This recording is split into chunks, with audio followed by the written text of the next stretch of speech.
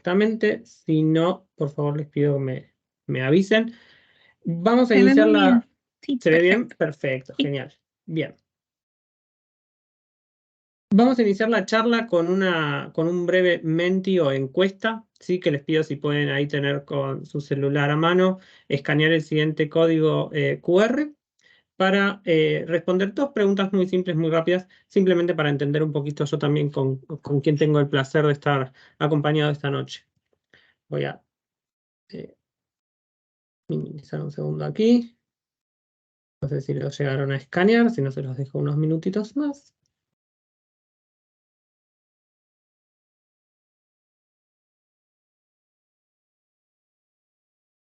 Si tienen el celular, si no, no hay problema.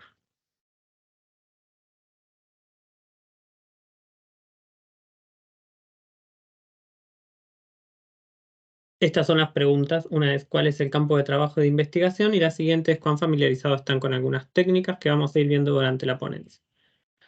Y les dejo aquí el QR. Pero un minutito si pueden, genial. Si no, muy bien.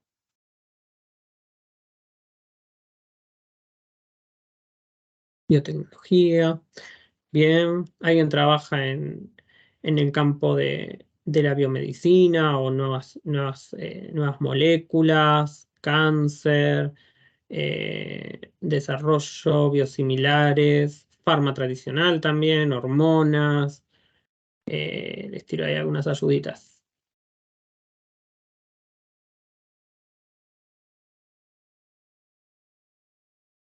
Farmacia, alimentaria, bien.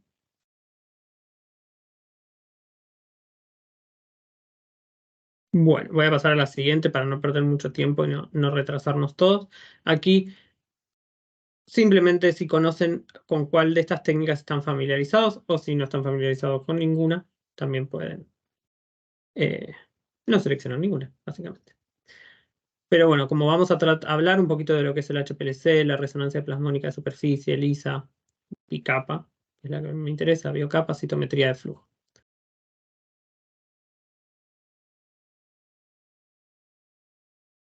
Bien, bueno, tenemos una persona que sabe de todo menos de lo que voy a hablar, con lo cual está muy bueno porque le voy a dar información nueva. Eso me pone muy contento.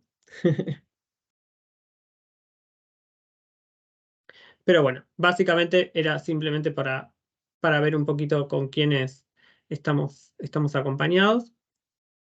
Gracias a los que participaron.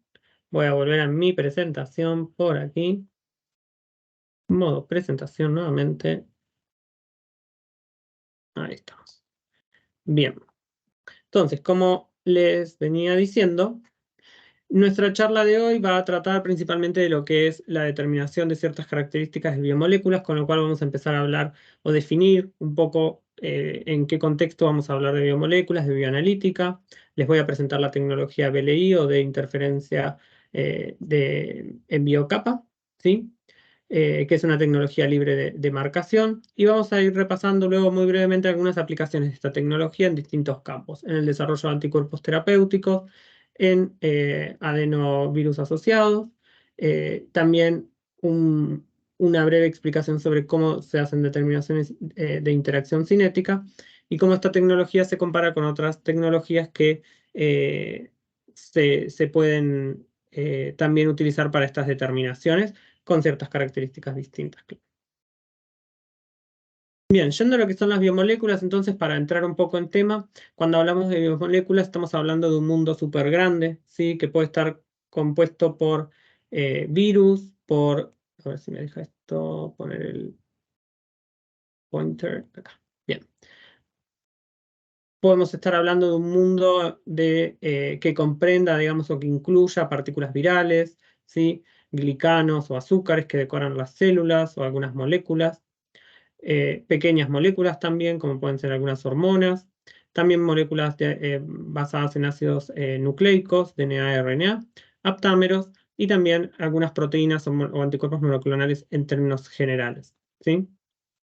Ahora bien, cuando nosotros trabajamos con estas biomoléculas, de algún modo lo que vamos a querer hacer es caracterizarlas, Entonces, para esto tenemos diferentes estrategias y tecnologías para lograr este objetivo, ¿sí? De caracterizar las biomoléculas, perdón.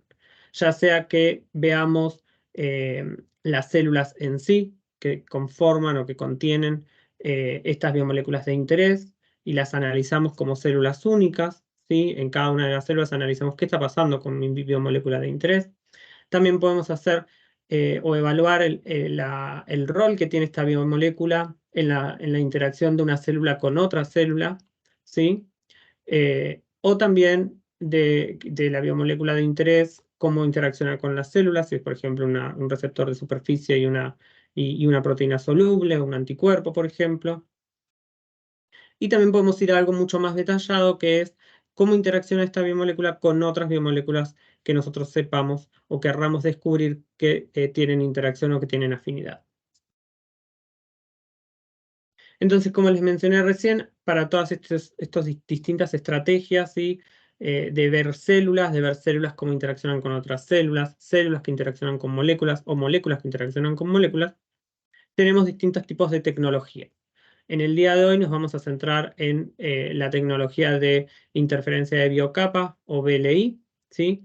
Pero también, por supuesto, tenemos otros tipos de equipamientos o de tecnologías o de aproximaciones experimentales para hacer estas determinaciones bioanalíticas, desde microscopía, tanto de campo claro como fluorescencia, citometría de flujo, resonancia plasmónica de superficie, y también, si queremos ver células únicas, también tenemos equipos que nos permiten analizar célula por célula y aislar estas células o partes de unas colonias o esferoides que nos van a definir un campo de acción, si se quiere, de estudio mucho más reducido y controlado.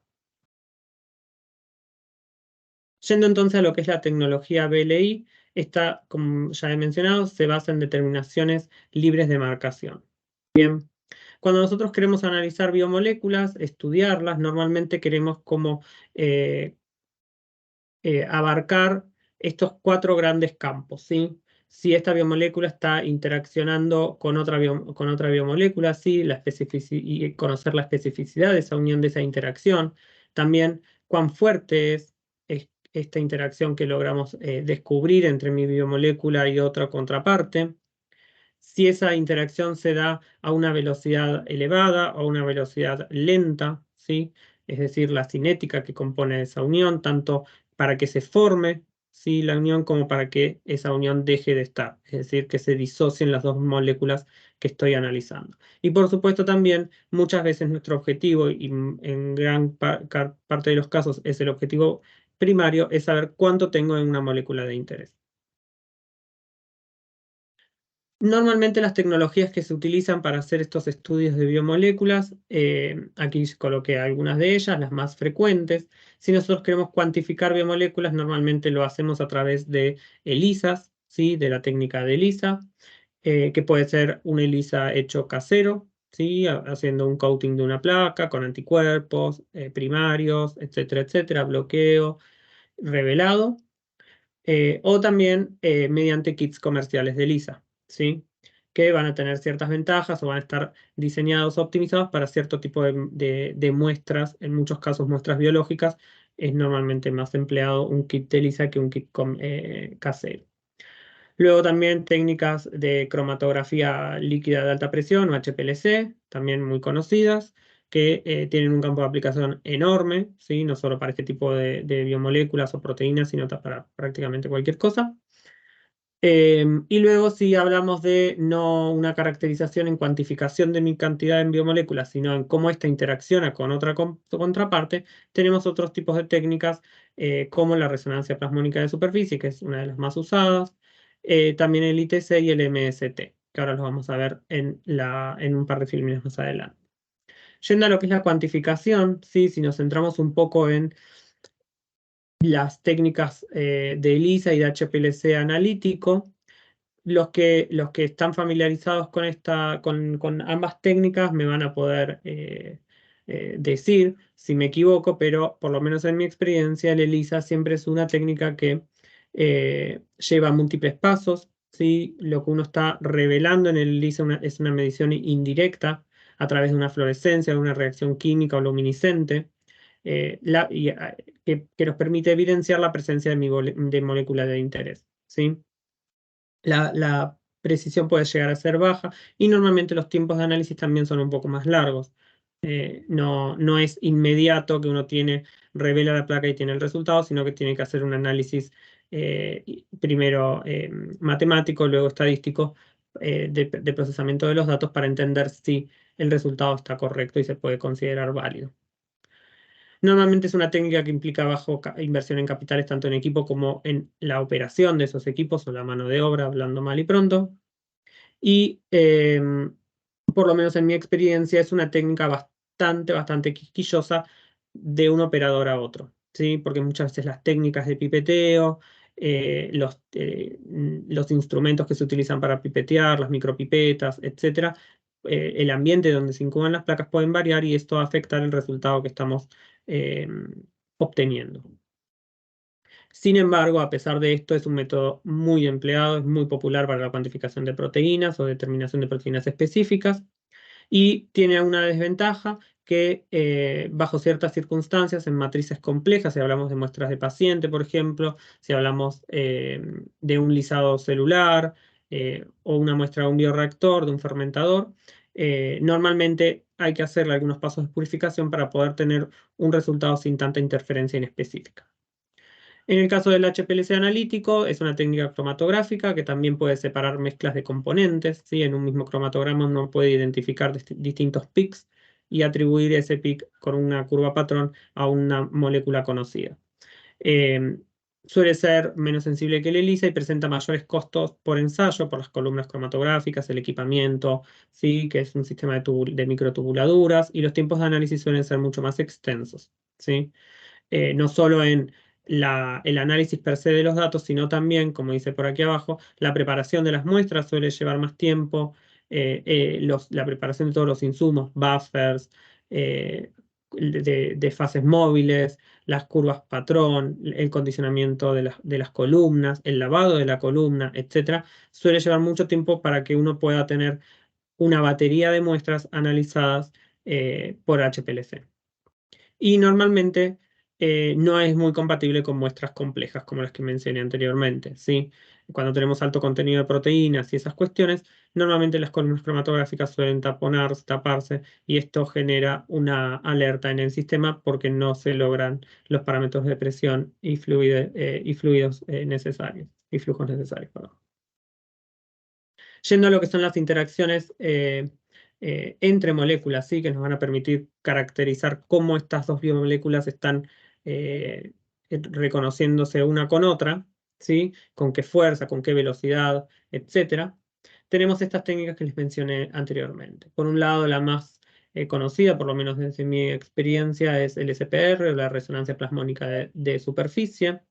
Luego tenemos otras técnicas como la calorimetría de titulación isotérmica, ¿sí? Que mide el calor emitido ante una interacción química entre moléculas, y la termoferesis a microescala, que es semejante a la resonancia plasmónica de superficie, pero utiliza marcación fluorescente normalmente. Bien, aquí algunas características de cada una de estas técnicas, ¿sí? Lo que a nosotros más nos va a poner en relevancia en esta charla va a ser si son eh, técnicas compatibles con una marca, libres de marcación, o sea, si mi molécula de interés tiene que estar o no tiene que estar marcada. Si la información que obtenemos la hacemos en tiempo real, nosotros vamos viendo mientras que se está analizando mi muestra cómo viene dando ese resultado. Y si es compatible con muestras crudas o matrices complejas, ¿sí? Como pueden ver, varias de estas técnicas tienen algunas cosas que cumplen y otras cosas que no cumplen.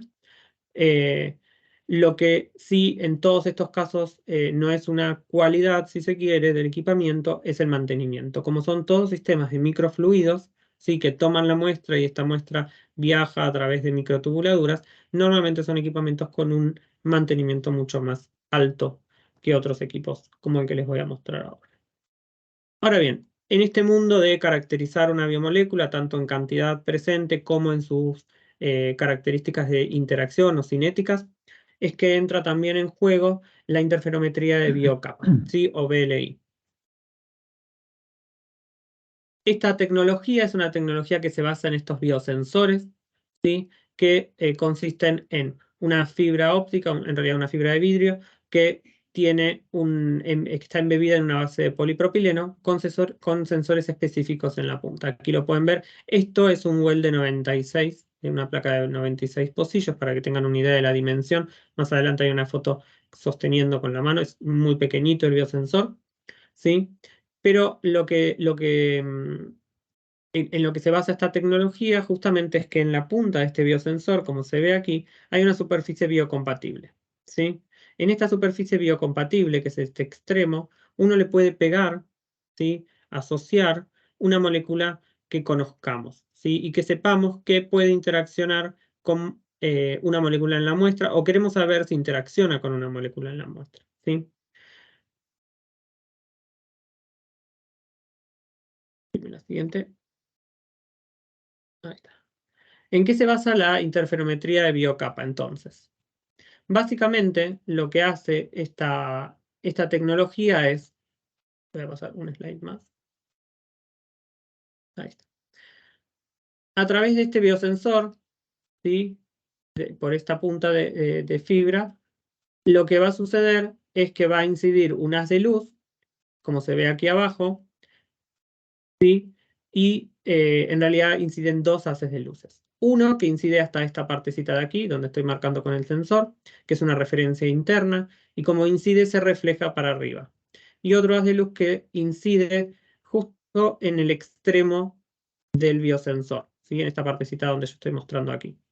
Este segundo haz de luz, ¿sí? que llega hasta la interfase del biosensor con el líquido, vuelve para arriba y es hasta el detector, ¿sí? ¿Y qué es lo que pasa? Cuando nosotros tenemos, por ejemplo, una molécula en nuestra punta del biosensor que interacciona con anticuerpos que están en mi muestra, por dar un ejemplo, ¿no? En este caso, lo que sucede es que se da un engrosamiento del biosensor y esto produce una modificación en las longitudes de onda de las de luz que se refleja hacia arriba hacia el detector. Entonces sucede esto, ¿sí? Sucede que la luz inicial que incidía, que es la negra, presenta un patrón de longitudes de onda diferente cuando el biosensor se le pegan moléculas en su extremo, ¿sí? Se genera este corrimiento que se ve aquí en rojo. Y entonces lo que nosotros podemos calcular es este delta eh, de longitudes de onda, que es el shift, que está graficado aquí abajo. Bien. Entonces, si nosotros luego a este biosensor lo colocamos en un buffer de disociación, normalmente un buffer ácido, esa interacción que nosotros teníamos de, por ejemplo, una proteína A pegada en el biosensor que interacciona con un anticuerpo que estaba soluble en mi muestra, esa interacción va a dejar de suceder en un buffer de disociación y entonces el patrón de longitudes de onda vuelve a su estado original. Entonces lo que obtenemos es una curva de disociación. Bien, entonces tenemos una curva que se genera de corrimiento de longitudes de onda por el engrosamiento del biosensor, que es la primera etapa de este diagramita. Ahí, cuando comienzan a interaccionar estos anticuerpos con una proteína específica en la punta del biosensor, como puede ser proteína A, se engrosa y esto genera una modificación en la longitud de onda que nos permite determinar estas curvas o sensogramas de afinidad, ¿sí? De asociación en realidad. Y cuando lo pasamos a un buffer de disociación, se generan las curvas de disociación y de ellas podemos definir las constantes de disociación. A ver aquí, si me permite esto, pointer options, salir de acá. Voy a quitar el volumen. Simplemente esto es un videito para mostrar un poco desde otro ángulo cómo funciona esta tecnología. Bueno, esta no es una tecnología nueva, como vieron recién, ya tiene varios años en el mercado y desarrollo y optimización. Eh, Fue mutando un poco en sus nombres, en su cara. Actualmente el portfolio de Sartorius está compuesto por la serie R, ¿sí? Y por el Octet N1, que es el sistema manual. Ahora vamos a entrar. Estos son los biosensores que ingresan a cada una de las muestras, ¿sí? Se sumergen, pero la muestra nunca ingresa al biosensor, simplemente es se sumerge en la muestra, y entonces vamos a tener los dos haces de luz que yo les mencionaba. Uno que va a dar una referencia interna y otro que va a ser el que va a modificarse porque llega hasta el extremo del biosensor. Y este corrimiento en longitud de onda sabemos que es proporcional a la cantidad de moléculas que interaccionan aquí, como así también la afinidad con la cual esa interacción sucede. Aquí vamos a ver nuevamente lo que ya les fui mostrando, un poco más gráfico. Aquí se da la interacción de mi molécula de interés o analito con una molécula que conozco, que tengo en la punta de mi biosensor. Se da un engrosamiento y ese engrosamiento, opacidad, genera una modificación en las longitudes de onda, que si lo pongo en un buffer de disociación se despegan y entonces se me genera la curva de disociación. ¿Sí? Algo más por aquí adelante. Aquí están los biosensores, como para que tengan una idea del tamaño que tienen. Este es el equipo. Y el equipo, en este caso, que es un R8, va a ir tomando de a 8 o como máximo 8 biosensores a la vez. Y esto es un equipo totalmente automatizado. Bien.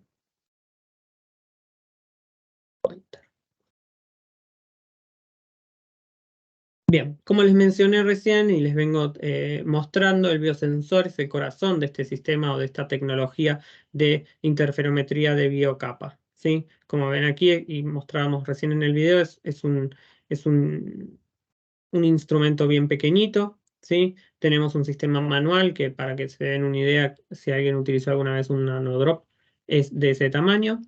Y tenemos otros sistemas que permiten realizar las determinaciones de modo automático. Ahora bien, los biosensores, tenemos una librería de biosensores que ofrecer a nuestros clientes para que puedan aplicar en sus distintas investigaciones. Tenemos biosensores que son muy compatibles con una amplia gama de aplicaciones, como son biosensores cuya superficie en la punta del biosensor tienen anticuerpos anti-human IgG, por ejemplo, o anti-murin IgG.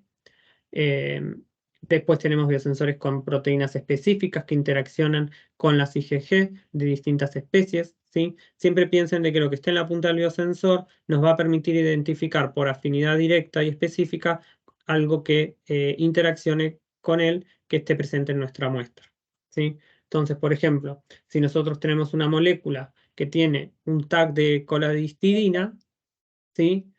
Podemos utilizar uno de estos biosensores que tienen, eh, que tienen la capacidad de unir proteínas con colas de histidina, ¿sí?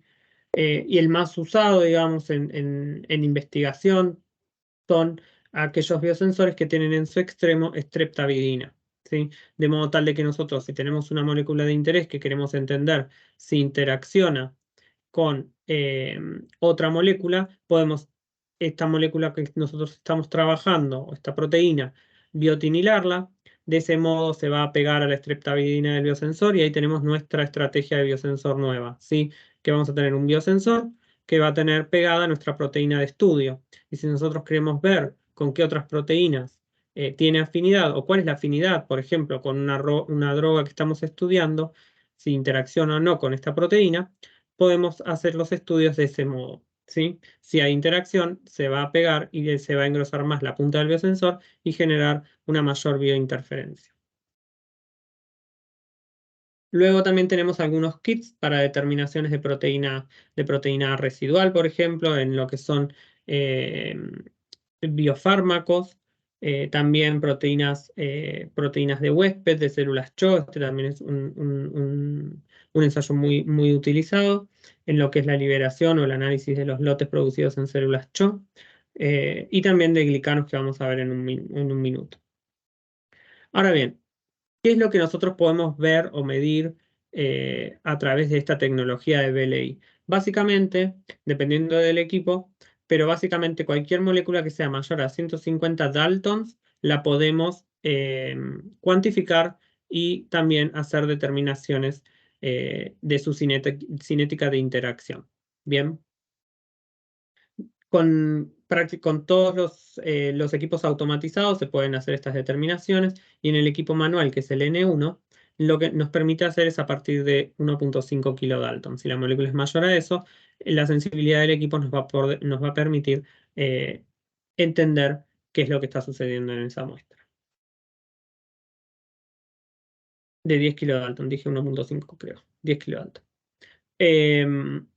Aquí simplemente a modo de resumen, no voy a entrar en todos los detalles técnicos de cada uno de los instrumentos, pero quería destacar dos cuestiones. Una que es el rango de determinación de las moléculas, que ya lo dije en la filmina anterior, ¿sí? Y otra que a diferencia de otras técnicas en donde se requiere una gran cantidad de muestra, en este caso por ejemplo, en el equipo manual se utiliza solamente una gota de muestra, que con 4 microlitros se puede realizar la determinación, ¿sí? En los equipos de la serie R, de R2 a R8, son 200 los microlitros de muestra porque se trabaja en placas multi-well de 96. Y en los high throughput, que te permiten medir 16 muestras en simultáneo porque tiene 16 canales de detección, o 96 muestras en simultáneo porque tiene 96 canales de detección. Es decir, el brazo robótico toma 96 biosensores a la vez y hace el análisis en simultáneo de 96 muestras en tiempo real. Esas curvas que yo les mostré graficadas en el video o en las filminas anteriores, el usuario las va viendo en tiempo real. No es que tiene que esperar a que se construyan, sino que en tiempo real tú vas viendo cómo esas curvas se van formando en cada una de las muestras. Y en estos casos también se puede trabajar en estos equipos de high throughput con placas de 384 wells, lo que te permite utilizar en esta situación 40 microlitros de muestra nada más. Ahora bien, hasta aquí entendemos que la tecnología BLI nos permite hacer determinaciones de cantidad y de parámetros cinéticos libres de marcación, porque lo que se aprovecha es justamente la interacción específica de esta molécula de interés con un anticuerpo o con otra molécula que sepamos que tiene alta afinidad. Pero no solo esa es la ventaja de esta tecnología, sino además también que nos permite realizar determinaciones en muestras complejas, ¿sí? Aquí simplemente es una lista no extensa ni completa de todas las muestras en las cuales se ha realizado determinaciones con esta tecnología de BLI, ¿sí? Si vamos al mundo de los anticuerpos monoclonales, ¿sí? Una de las cuestiones importantes es cuando uno comienza un nuevo desarrollo, es justamente llevar adelante el desarrollo de la línea celular que va a expresar nuestra proteína o nuestro anticuerpo monoclonal de interés y seleccionar, perdón, cuál es el clon que mayor productividad tiene, ¿sí? Y caracterizarlo.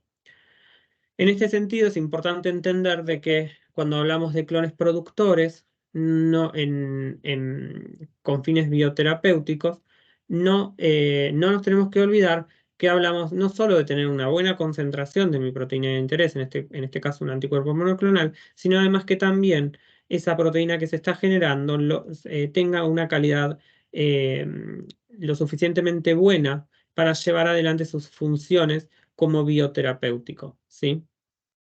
Entonces, en ese sentido, analizamos productividad y analizamos calidad de mi molécula de interés.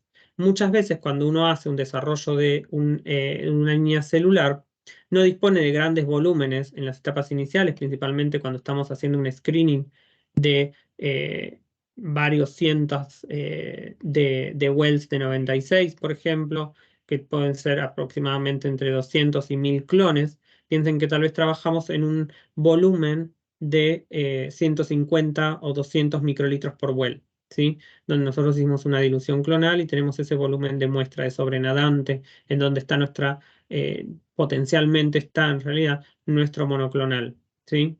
Entonces, eh, lo que necesitamos es analizar la concentración para seleccionar aquellos clones que expresan realmente mi monoclonal y después también idealmente ver si ese monoclonal tiene un perfil de glicosilación adecuado para poder cumplir su rol como bioterapéutico. Esto, una vez que lo logramos, podemos seguir avanzando en el escalado de ese bioproceso, ¿sí? Seleccionando los clones que mejor productividad en calidad y en cantidad de monoclonal presentan. Y en este sentido es que la tecnología BLI también nos permite acortar mucho el tiempo y el esfuerzo que lleva principalmente en esta etapa de screening de clones y la expansión de los mismos, ¿sí? Principalmente en la selección de los clones que tienen una buena productividad. ¿Por qué? Porque con una muestra muy pequeña podemos hacer análisis cuantitativos, ¿sí? Dependiendo de la molécula de interés, si es un monoclonal con un biosensor que tenga en su punta proteína A, por ejemplo, que va a unirse específicamente con los anticuerpos, ¿sí? Lo que nos va a permitir hacer es una curva de cuantificación, ¿sí? Vamos a obtener muchas curvas de cuantificación, podemos hacer de los 200, de los 1000 clones, analizar la concentración que tienen de anticuerpo monoclonal. Y a su vez también vamos a poder hacer un ranking en función de la glicosilación que tiene esos anticuerpos, ¿sí? Primero haríamos un screening de cuantificación y de los clones que sabemos que expresan el anticuerpo, podemos ir a hacer un análisis de atributos de calidad, como pueden ser el contenido de siálico y de manosa, a través de 2 kits de determinación, que nos va a permitir hacer un ranking de cuáles de todos los clones que expresan mi monoclonal lo hacen con un patrón de glicosilación correcto, ¿sí? Tanto a nivel de siálico como a nivel de manosa. Y de ese modo entonces uno hace un análisis multivariado de toda la información y se queda solo con aquellos clones que expresan el monoclonal con las características de calidad que necesitamos, ¿sí?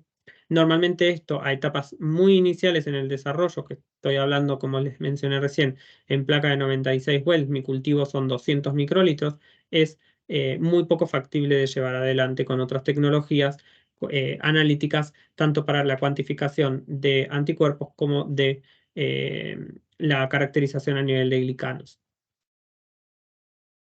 Yendo al mundo de los adenovirus asociados, también esta tecnología nos permite trabajar de modo más eficiente y rápido en la cuantificación de partículas virales, en particular desde la optimización de los distintos pasos del bioproceso, como también nos permite hacer determinaciones en tiempo real de los títulos virales que yo tengo, ¿sí?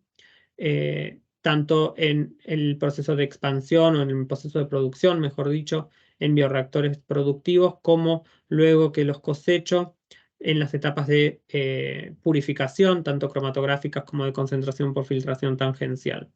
Y a su vez también en producto terminado, también puedo definir cuál es mi título viral en mi producto final a través de esta tecnología, ¿sí? Acá es importante entender que con un solo equipo y con un solo biosensor, ¿sí? O mejor dicho, con un solo tipo de biosensor, uno puede hacer todo el screening y todas las determinaciones a lo largo del proceso. Algo importante que no sé si está en estas filminas, creo que no lo coloqué, es que los biosensores se pueden regenerar, ¿sí? Los biosensores son un consumible en última instancia. Sin embargo, dependiendo de la aplicación, si es para hacer cuantificación o si es para hacer determinaciones de cinética, los biosensores se pueden regenerar, ¿sí? Se pueden volver para atrás y despegar la molécula que se le pegó al estar en la muestra y volverlos a usar aproximadamente, dependiendo de la proteína y dependiendo de la complejidad de la matriz, unas 10 veces, ¿sí? En este caso, para adenovirus asociados, tenemos biosensores que tienen, como les mostré en unas filminas atrás, tienen streptavidina inmovilizada en su extremo, ¿sí? Del biosensor. Y lo que nosotros hacemos es pegarle una heparina biotinilada, ¿sí? Cuando yo hablo de esto, estoy hablando de cuestión de 30 segundos, ¿sí? No más que eso. En 30 segundos se logra pegar la heparina biotinilada y luego hacemos un bloqueo de sitios de unión inespecífica con biocitin y luego ponemos en nuestra muestra donde tenemos potencialmente los adenovirus que queremos cuantificar, ¿sí? Entonces, como los adenovirus asociados tienen una alta afinidad por la heparina, podemos utilizar esta estrategia de interacción de alta afinidad para la cuantificación a través de los biosensores, ¿sí? Aquí hay algunas curvas, vean más o menos la escala de tiempo, estas son curvas reales, son más o menos 30 minutos en los cuales se logra analizar un montón de muestras de modo simultáneo en este caso, ¿sí? Vean que tenemos el biosensor, ¿sí? Con 2 minutos que lo incubamos con la heparina biotinilada, 5 minutos para bloquear los sitios de unión en específica y luego 10 minutos para permitir el binding de nuestro virus, ¿sí? Lo vamos pasando de un well al otro, ¿sí? Depende si se hace de modo manual o de modo automático, dependiendo del equipo. Y de este modo entonces se van generando estos sensogramas o curvas, ¿sí? De corrimiento de las longitudes de onda que se van detectando. Bien, en específico en esta parte de la curva, aquí está aumentada, nosotros vemos cómo las moléculas, perdón, los adenovirus asociados presentes en la muestra van interaccionando con la heparina, entonces van generándose estas curvas de asociación que luego, si las pasamos a un buffer de disociación, vamos a ir viendo también cómo se van separando. Entonces, de este modo, con la constante de asociación y la constante de disociación, podemos establecer cuán afín es nuestra partícula adenoviral asociada a la heparina, por ejemplo. Y estas son distintas muestras con distintas concentraciones.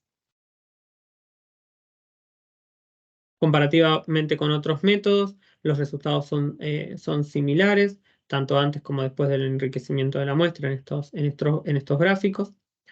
Pero piensen de que en 30 minutos, por ejemplo, ya teníamos analizados un montón de muestras versus una ELISA o una PCR que nos va a llevar muchísimo más tiempo.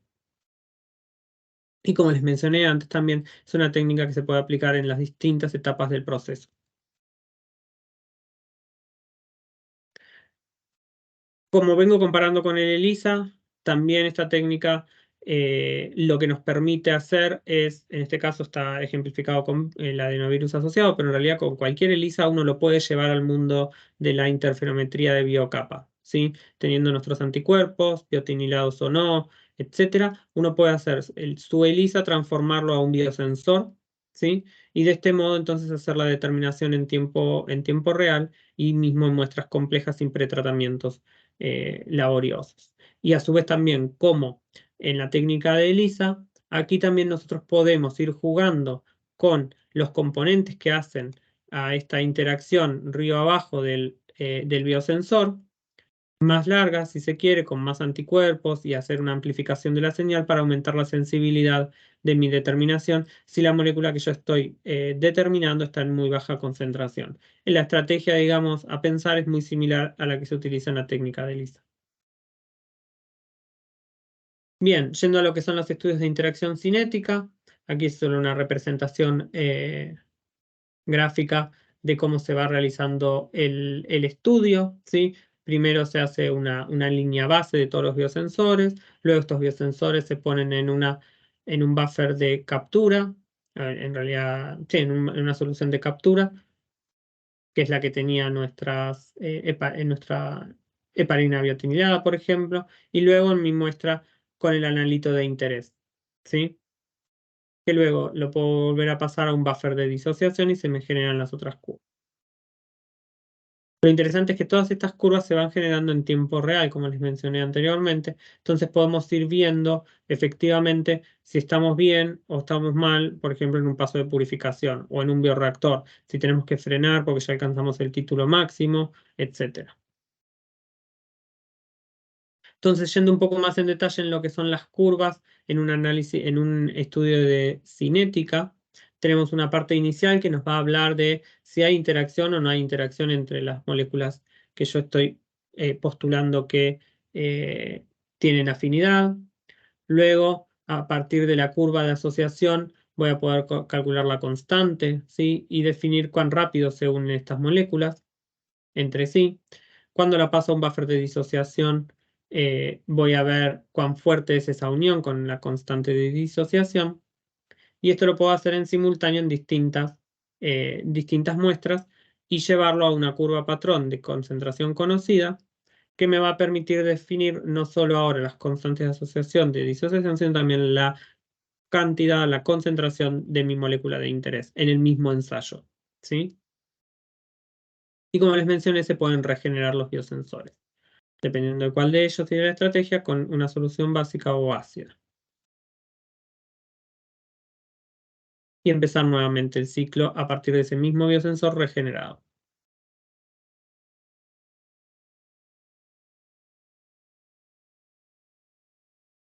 Bien, esta tecnología versus otras técnicas de cuantificación y análisis de interacción presenta ciertas ventajas superlativas, por ejemplo, versus el ELISA, como les mencioné recién. Es una técnica que te permite ver en tiempo real la concentración de tu molécula de interés, y no solo eso, sino también te permite caracterizar la cinética de interacción de tu molécula con una contraparte en tiempo real, cosa que el ELISA no te lo permite hacer.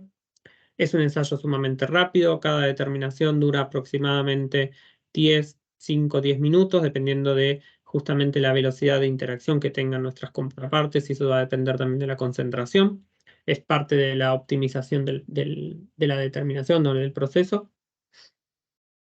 Em, Te permite hacer determinaciones cinéticas.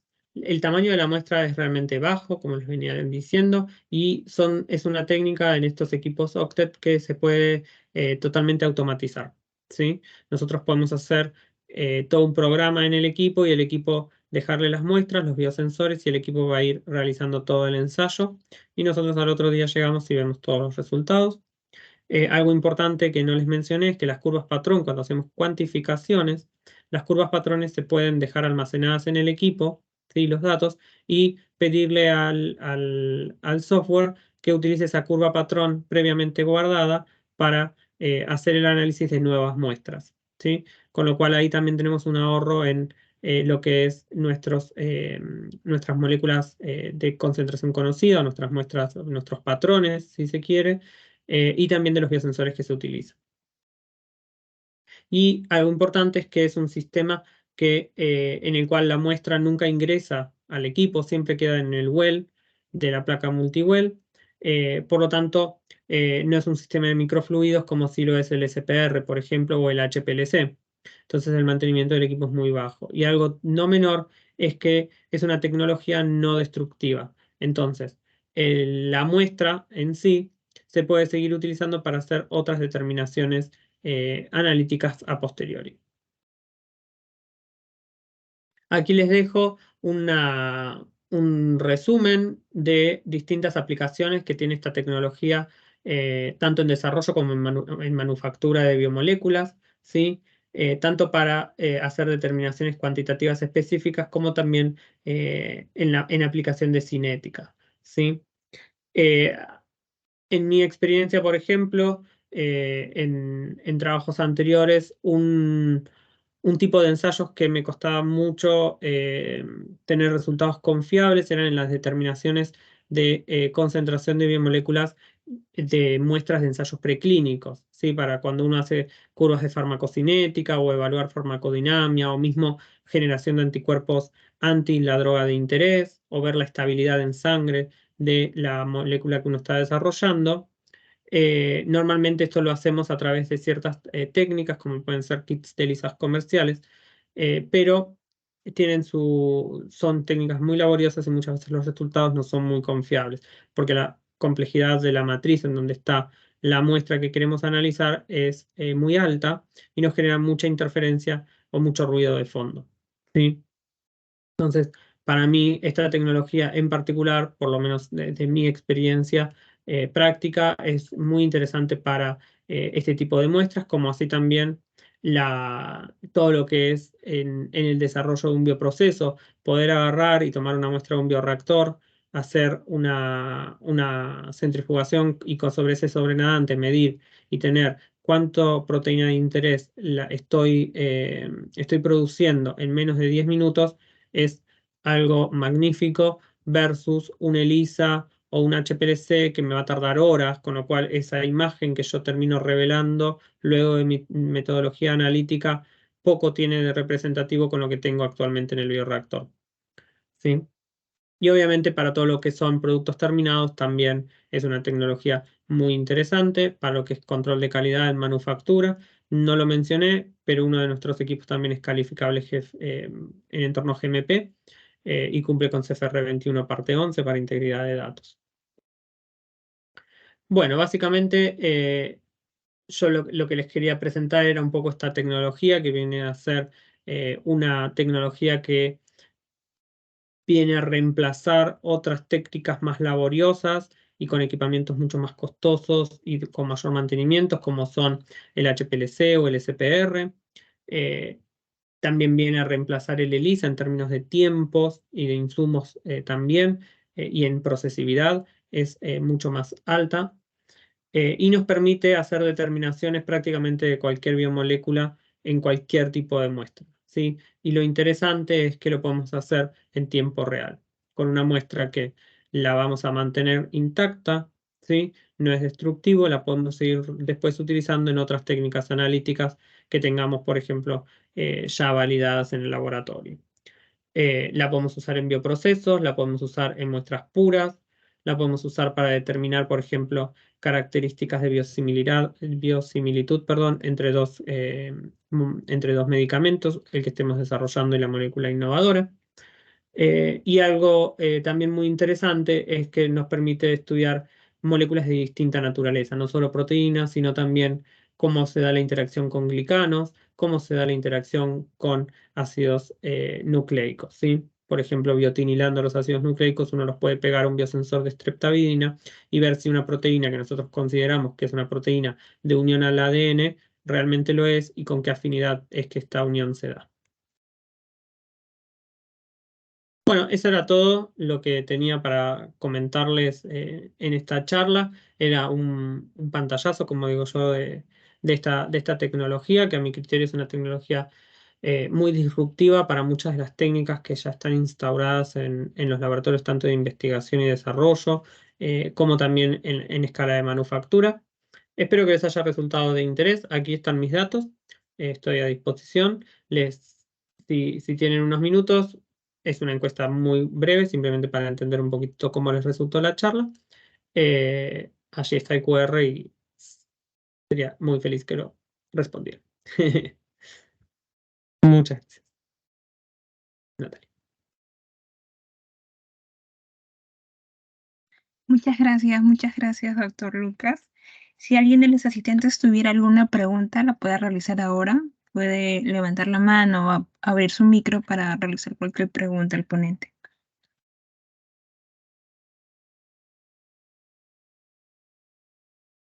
Ana, Pitazón, doctora. Sí, hola Lucas, ¿cómo está? Buenas Muy bien, ¿y noches. usted?